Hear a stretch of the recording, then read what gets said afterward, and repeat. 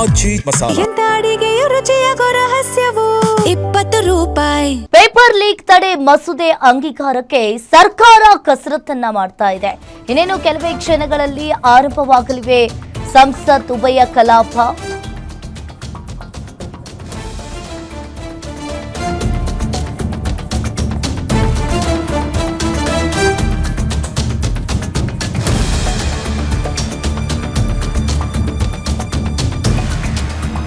Paper leak ತಡೆ ಮಸೂದೆ ಅಂಗೀಕಾರಕ್ಕೆ ಸರ್ಕಾರ ಈಗ ಕಸರತ್ತನ್ನ ಮಾಡ್ತಾ ಇರುವಂತದ್ದು. ಇನ್ನೇನು ಕೆಲವೇ ಕ್ಷಣಗಳಲ್ಲಿ ಆರಂಭವಾಗಲಿವೆ ಸಂಸತ್ ಉಭಯ ಕಲಾಪ. 6ನೇ ದಿನವೂ ನೀಟ್ ಗದ್ದಲಕ್ಕೆ ಸಂಸತ್ ಕಲಾಪ ಹಾಗಾದ್ರೆ ಇವತ್ತು ಬಲಿಯಾಗುತ್ತಾ? ಪ್ರಶ್ನೆ ಪತ್ರಿಕೆ ಸೋರಿಕೆ ತಡೆ ಬಿಲ್ ಅಂಗೀಕಾರಕ್ಕೆ ಇಲ್ಲಿ ಬಿಡ್ತಾವ ವಿಪಕ್ಷಗಳು ಅನ್ನೋ ಪ್ರಶ್ನೆ ಎದ್ದಿದೆ. ಇಂದು ಕೂಡ ಉಭಯ ಸದನಗಳಲ್ಲಿ ವಿಪಕ್ಷಗಳ ಗದ್ದಲ ಗ್ಯಾರಂಟಿ. ಪ್ರತಿಭಟನಾ ನಿರತ ವಿದ್ಯಾರ್ಥಿಗಳ ಮೇಲೆ ಲಾಠಿ ಪ್ರಹಾರಕ್ಕೆ ಇಲ್ಲಿ ವಿಪಕ್ಷಗಳು ಕೂಡ ಕೆಂಡ ಕಾರ್ತಾ ಇರುವಂತದ್ದು.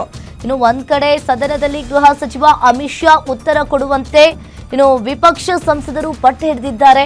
ಪ್ರಧಾನಿ ನರೇಂದ್ರ ಮೋದಿ ಕ್ಷಮೆ ಯಾಚನೆಗೂ ಕೂಡ ವಿಪಕ್ಷಗಳು ಇಲ್ಲಿ ಆಗ್ರಹಿಸಿದ್ದಾವೆ. ಚರ್ಚೆಗೆ ಒಪ್ಪದೆ ಇಂದು ಕೂಡ ವಿಪಕ್ಷಗಳಿಂದ ಗದ್ದಲ ಗ್ಯಾರಂಟಿ ಅಂತ ಹೇಳಲಾಗ್ತಾ ಇದೆ.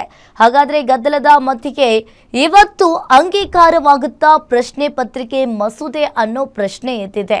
ನಿನ್ನೆಯೂ ಕೂಡ ಇದೇ ರೀತಿಯಾಗಿ ವಿಪಕ್ಷಗಳು ಕೂಡ ಗಲಾಟೆಯನ್ನ ಮಾಡಿದ್ರು ಸಂಸತ್ನಲ್ಲಿ. ಇವತ್ತಾದ್ರೂ ಗಲಾಟೆ ಇಲ್ಲದೆ ಸಂಸತ್ ಕಲಾಪ ನಡೆಯುತ್ತಾ ಅನ್ನೋ ಪ್ರಶ್ನೆ ಎತ್ತಿರುವಂತದ್ದು.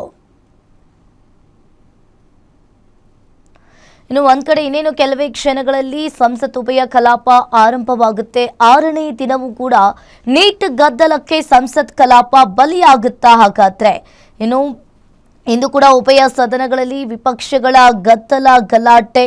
ನಿನ್ನೆಯೂ ಕೂಡ ಇದೇ ರೀತಿಯಾದಂತಹ ಗಲಾಟೆಯನ್ನ ಮಾಡಿದ್ರು ವಿಪಕ್ಷಗಳು.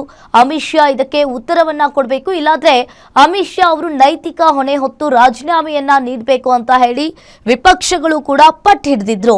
ಹಾಗಾದ್ರೆ ಇವತ್ತು ನೀಟ್ ವಿಚಾರದ ಬಗ್ಗೆ ಸಂಸತ್ ಕಲಾಪದಲ್ಲಿ ಮಾತನಾಡಕ್ಕಾಗುತ್ತಾ? ವಿಪಕ್ಷಗಳು ಗಲಾಟೆ ಇಲ್ಲದೆ ಸುಮ್ಮನಾಗ್ತಾರಾ ಅನ್ನೋದು ಈಗ ಪ್ರಶ್ನೆ ಎದ್ದಿದೆ. ಪ್ರತಿಭಟನಾ ನಿರತ ವಿದ್ಯಾರ್ಥಿಗಳ ಮೇಲೆ ಲಾಠಿ ಪ್ರಹಾರವನ್ನ ಮಾಡಿದ್ದಕ್ಕೆ ವಿಪಕ್ಷಗಳು ಕೂಡ ಕೆಂಡ ಕಾರಿದ್ರು.